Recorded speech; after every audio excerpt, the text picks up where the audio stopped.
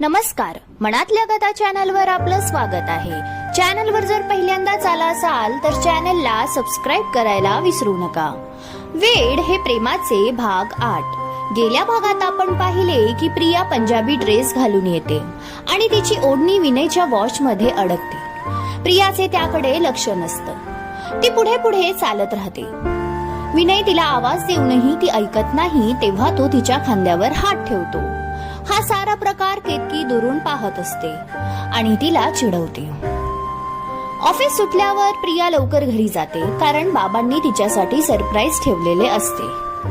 उद्या आल्यावर केतकीला काय सरप्राईज आहे ते सांगणार असते. आता पाहू पुढे. ती घरी पोहोचते. घरी गेल्यावर पाहते आईने जेवणासाठी अगदी पंचपक्वानाचा बेत केलेला असतो.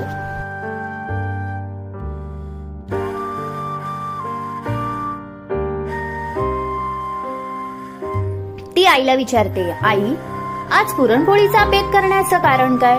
तर आई तिला म्हणते, बाबा काल म्हणाले होते ना सरप्राईज आहे, आज कोणीतरी येणार आहे प्रिया. ती आईला विचारते, बाबांनी तुला सरप्राईज सांगितलेलं दिसतंय.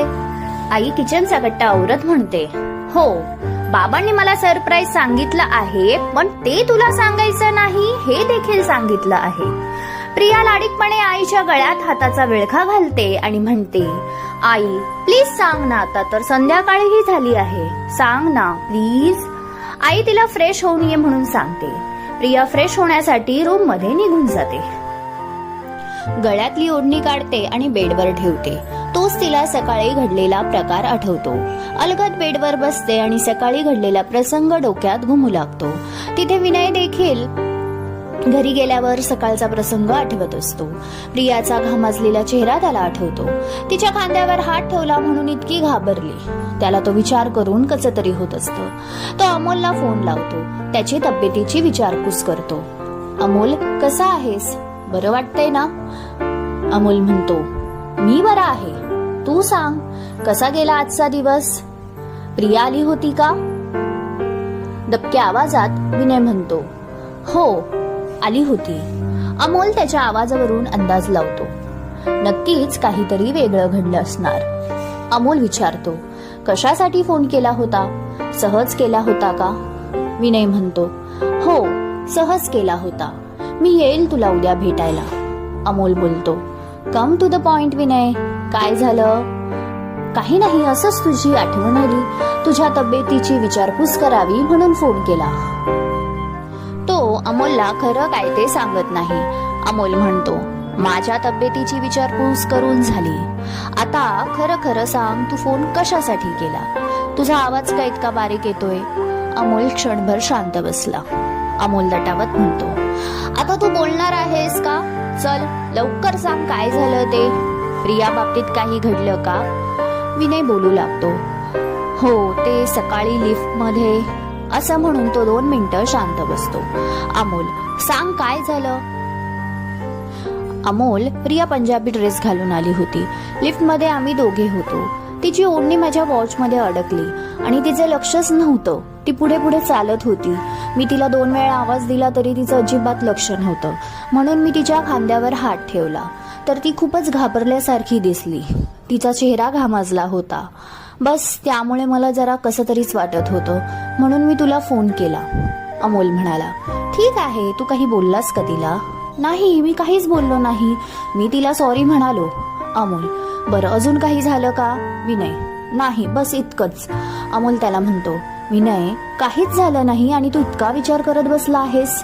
विनय त्याचे वाक्य पूर्ण होण्याआधीच त्याला म्हणतो, तिच्या चेहऱ्यावरचे भाव फार वेगळे होते. ती नॉर्मल नव्हती आणि तेच माझ्या डोक्यात फिरत आहे. म्हणजे तिला वाईट तर नसेल वाटलं ना मी तिच्या खांद्यावर हात ठेवला म्हणून? अमोल म्हणतो, वेडा आहेस का? तिला कशासाठी वाईट वाटणार? तू तिच्यासाठी खूप जवळचा आहे. उलट तिला चांगलं वाटलं असेल. तुझा स्पर्श तिला सुखावून गेला असेल. विनय म्हणतो, तसं नाही अमोल, खरं तर ती घाबरली होती. तिच्या चेहऱ्यावर खूप घाम आला होता असं म्हणायचं आहे मला. अमोल म्हणतो, तुला माहित आहे ना तिच्या मनात तुझ्याविषयी काय आहे? जेव्हा आपल्याला एखादी व्यक्ती आवडते ती आपल्या जवळ जरी आली तरी वेगळं फील होतं. म्हणून तिचे हावभाव तसे झाले असतील, बाकी काहीच नाही. अच्छा असं होय. अमोल, हो असंच आहे. बरं, तू आता तिला बोलणार आहेस की नाही? विनय: हो, मी बोलणार आहे तिच्याशी, पण आत्ताच नाही. तू बरा हो आणि मग मी तिच्याशी बोलेन.